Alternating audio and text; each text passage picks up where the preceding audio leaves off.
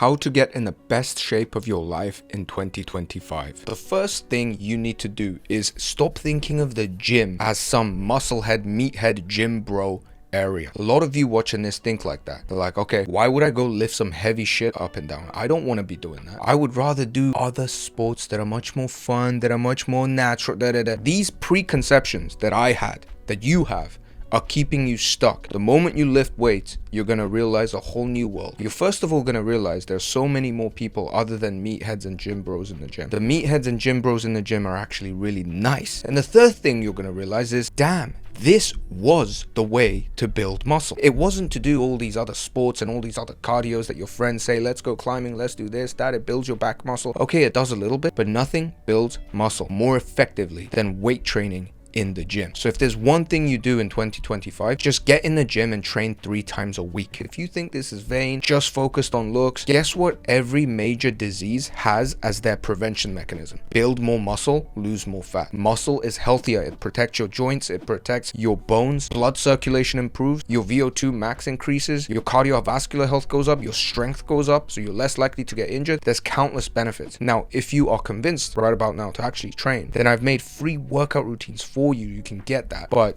again, first step is to get in the gym, train 3 times a week. The next is to lift heavy weights in the 4 to 10 rep range. Now, I don't want you to get misled. You're gonna do a whole bunch of machine exercises, weird cable exercises that your PT shows you, and you spend about a year or 2 years just fumbling around with these machines in the gym, hardly building any strength and muscle. Maybe you get a little bit of newbie gains, but you don't really make that drastic change where you feel like, damn, my body is operating at a higher efficiency. I have actually built muscle. I'm changing the way I look. This amount of change comes from building strength, because strength is what's actually going to show up as muscle. So what does that mean in practical terms is you got to lift some compound movements in the 4 to 10 rep range. Go pretty heavy so that you can only do 4 to 10 reps. Don't go up to 15, 20 reps. Don't start doing these like cable like presses for 40 reps. If you want me to actually guide you, watch your form and just dissect every move so that you never get stuck, and check out Minimalist Training Club, because that's my private community where I help people, guide them by the hand. Next, become protein conscious. This is a term that I believe I coined because I just made it up, and it stands in opposition to protein obsessed. You don't want to be protein obsessed, because who wants to live with a guy that every time you have a meal, he's like, how much protein is in that? Oh, there's this new place that opened up, this new chef, he's like this guy like who cooks like this amazing Chinese food. Oh yeah, but there's no protein.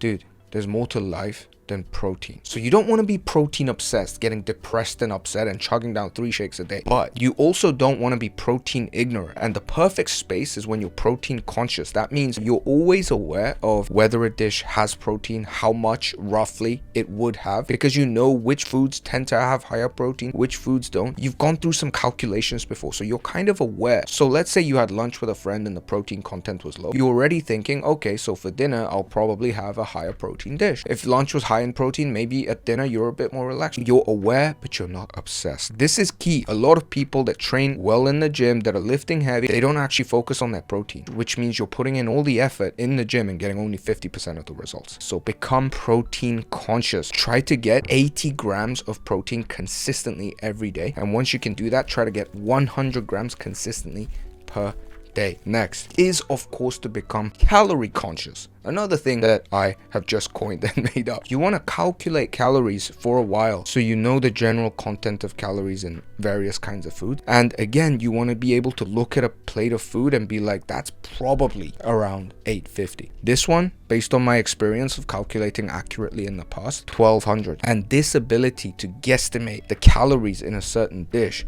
is a very, very underrated skill that allows people to maintain lean physiques, get lean physiques, and even bulk to bulkier physiques if they want. What does that mean? It means at a certain point in your life, you will have to be a little bit calorie obsessed, calculate accurately, so that you can then let go of the reins a little bit when you know how to guess. Most people, when they say, okay, I'm gonna make 2025 the year when I bulk up, or the year when I get lean, they're not calorie conscious, are they? They just don't care about calories. Oh, I don't want a calorie count. It's so lame. If you're one of them guys, this is the moment you change that preconception, like the preconception you have about the gym. You start counting calories for 2 weeks like a mad maniac, and then you let go and just become calorie conscious. Next, make a 1 to 2 year plan. I just did this with my one-on-one client. We did this thing where we mapped out a whole year in advance of what's going to happen to his strength and his weight. The whole time I was basically telling him that you need to go slower. Imagine you're actually losing weight and I'm telling you to eat more. Most people have this idea that they need to get their physique goals really fast because of social media, because of all these videos. Shred fat in 90 days, become jacked in 60 days. All of that bullshit has got you thinking that you can achieve this kind of crazy body transformation in a short period of time. So when it doesn't go as planned, you start to think, something's wrong here. I need to do more. Maybe I just need to push harder. Maybe I just need to eat more protein shakes. Quit all of that. It's just gonna take a long time. So instead of aiming for 3 months or even 6 months, aim for a whole year or even 2 years into the future in terms of your weight, how it's gonna drop, and your strength, how it's gonna go up. This is gonna give you such mental freedom and emotional relaxedness on the journey, which is absolutely critical to staying consistent. Most people give up their fitness journey because they emotionally can't handle the fact that they're just going up and down and not really making progress, or just feeling like everything is so stressful, something's not working. If you know it takes 10 years to get to black belt and you're just at blue belt and you're hitting a little plateau, but you know you're going to do it for 10 years anyway, you just chill, right? You're like, okay, it's just part of the plateau that's going to come. That's the kind of calmness you need to bring to actually make 2025 the year you change your body. By the way, if you want one-on-one coaching with me, there should be a link to apply for it below. The next is to take up sports or martial arts for your cardiovascular health. Now, on my channel, I talk a lot about building an aesthetic body, a functional body, a healthy, like good-looking body. But of course, a big part of getting in shape and having a healthy, functional body rather than just an aesthetic body is to have good cardiovascular health. What's the point of being like this pumped up gym bro and he can't even run 3 miles? He can't even walk up 5 flights of stairs without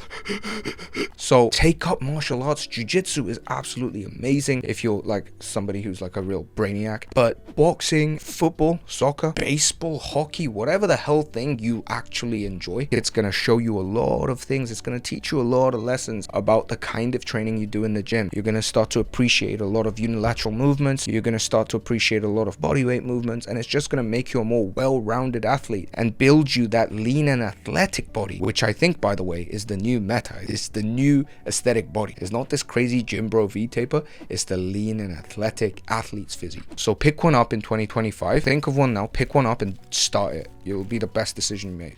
The next is to walk like a pregnant woman with a dog every day if possible, but regularly. Let's just say regularly. Walking is probably one of 2 of the best and healthiest cardios you can do. You can guess the other one. Okay, what do you think the other one is? It's sex. Walking and sex and sprinting. Those are the 3 best cardios for just general health, because walking more than anything else helps your creativity, helps you relax your mood, and actually lowers your cortisol. A lot of cardio raise your cortisol. It raises your heart rate. Lactic acid is produced, which is stress in the muscles. Cortisol goes up and blood sugar goes up, so it makes you super hungry and harder to control your portion sizes. That's what happens after you go on a run. Lactic acid, stress, cortisol goes up, blood sugar goes up, you get super hungry and you eat 2 burgers, right? Now when you walk like a pregnant woman with a dog, very slow, in the breeze, you walk like that, you're gonna burn calories, you're gonna shred fat, you're gonna lower your cortisol, so you're not gonna get those huge hunger spikes, and you're gonna break out of the rut you're in mentally, because when you open your horizon and you walk, you actually have time to think, whereas when you're playing sports, usually you can't really think. Walking has all of these side effects that are extremely